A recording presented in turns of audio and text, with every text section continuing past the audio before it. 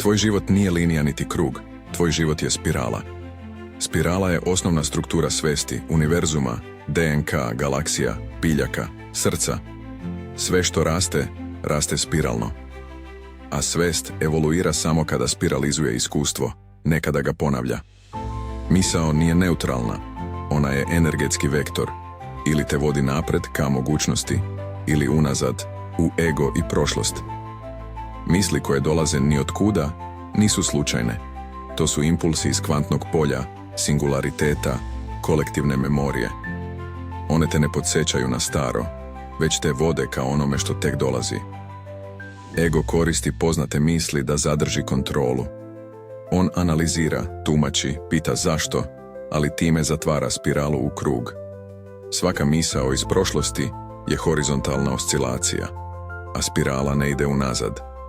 Spirala sabira iskustvo, ali ga ne ponavlja. Fibonaccijev niz, zlatni presek, torus, svi ukazuju na rast kroz harmoniju, ritam i centar. Univerzum ne analizira greške, on se samo širi kroz uvid. Tvoja svest je kvantno povezana sa celinom. Misli iz entanglementa nisu lokalne, one dolaze iz potencijala. A potencijal nije analiza, već izbor.